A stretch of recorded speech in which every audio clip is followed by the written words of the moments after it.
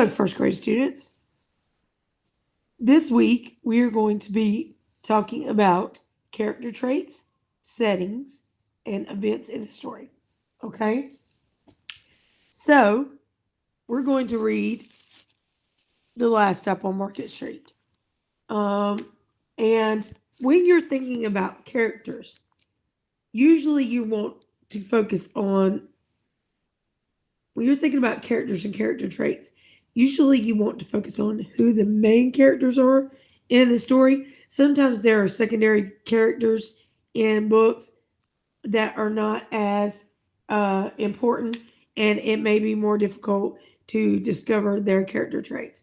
So you focus on the main characters in the story. There can be multiple settings in a book.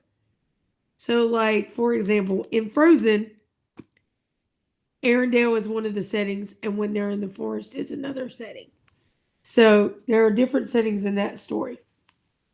So this book is going to have different settings. There are also numerous events that take place in books, so you want to pay attention to that. So while I'm reading this book, you need to think about who are the characters and what are some character traits of them. What can we say about those characters as people? Okay, and what are the settings? There may be more than one, and who? What are the events of the story? What happens, basically? Okay, so now we're going to read the book. Last Stop on Market Street.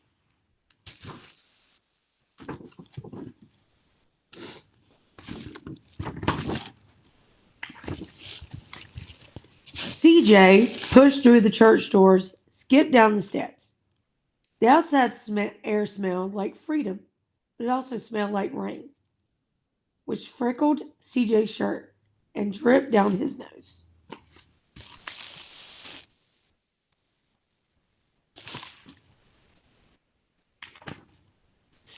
He ducked under Nana's umbrella, saying, "How come we gotta wait for the bus in all this wet?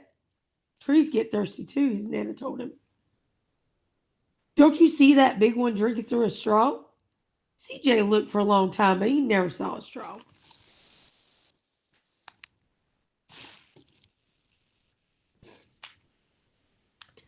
From the bus stop, he watched water pool on flower petals, watched rain patter against the windshield of a nearby car.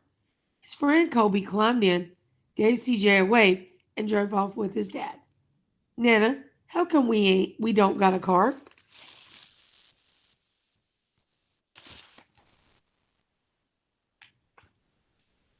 "Boy, what do we need a car for? We got a bus that breathes fire and old Dennis who always has a trick for you."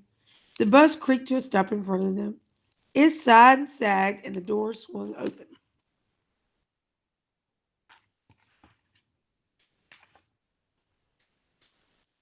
"What's this I see?" Mr. Dennis asked. He pulled a coin from behind CJ's ear, placed it on his palm.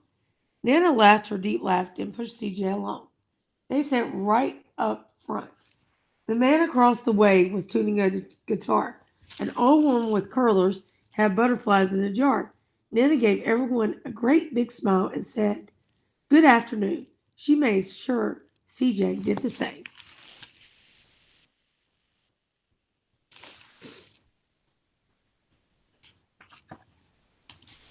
The bus lurched forward and stopped, lurched forward and stopped. Nana hemmed as she knit. "How come we always go here after church?" CJ said. "Miguel and Kobe never have to go in nowhere." "I feel sorry for those boys," she told him. "They never get a chance to meet Bobo or the sunglasses man. And I hear Trixie got himself a brand new hat." CJ stared out the window, feeling sorry for himself. He watched cars zip by on either side, watched a group of boys hop curbs on bikes.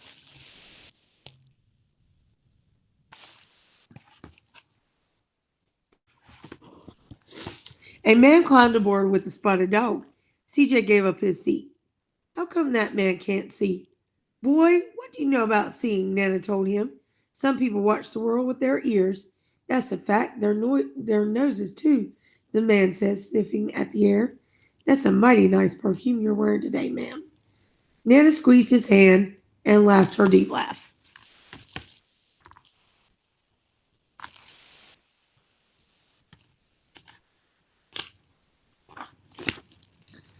Two older boys got on next. CJ watched as they moved on by and stood in back. Sure wish I had one of those, he said. Nana set down her knitting. What for? You got the real live thing singing across from you. Why don't you ask that man if he'll play us a song? CJ didn't have to. The guitar player was already plucking strings and beginning to sing. To feel the magic of music, the blind man whispered. I like to close my eyes. Nana closed hers too. So did CJ and the spotted dog.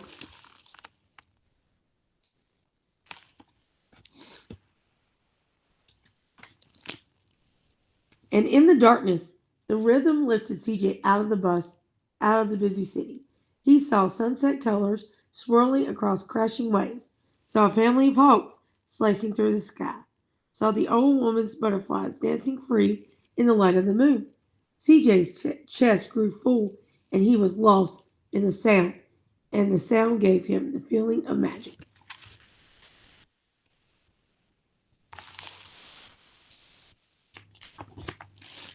The song ended and CJ opened his eyes. Everyone on the bus clapped, even the boys in the back. Nana glanced at the coin in CJ's palm. CJ dropped it in the man's hat. Last stop on Market Street, Mr. Dennis called.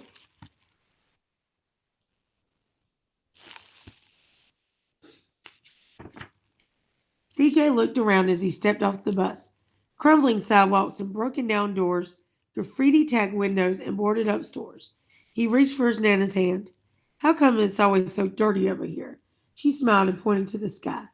Sometimes, when you're surrounded by dirt, CJ, you're a better witness for what's beautiful.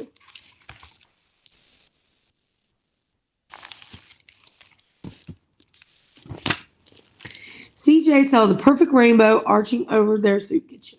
He wondered how his Nana always found beautiful where he never even thought to look. He looked all around them again, at the bus rounding the corner out of sight, and the broken street lamp still lit up bright, and the stray cat shadows moving across the wall.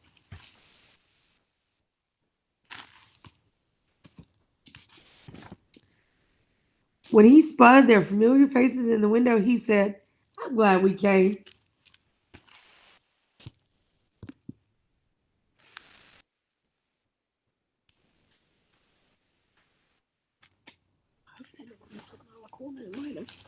He thought his Nana might laugh, her deep laugh, but she didn't. She patted him on his head and told him, Me too, CJ. Now come on.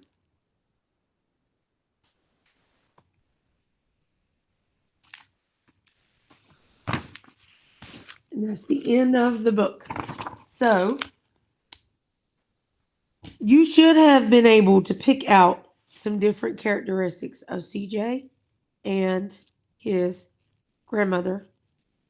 You also should know the three settings in the story. And there were three main events in the story, too. So, I want you to tell me what those things are in a Padlet. So, the next video, I'm going to show you how to do the Padlet for today.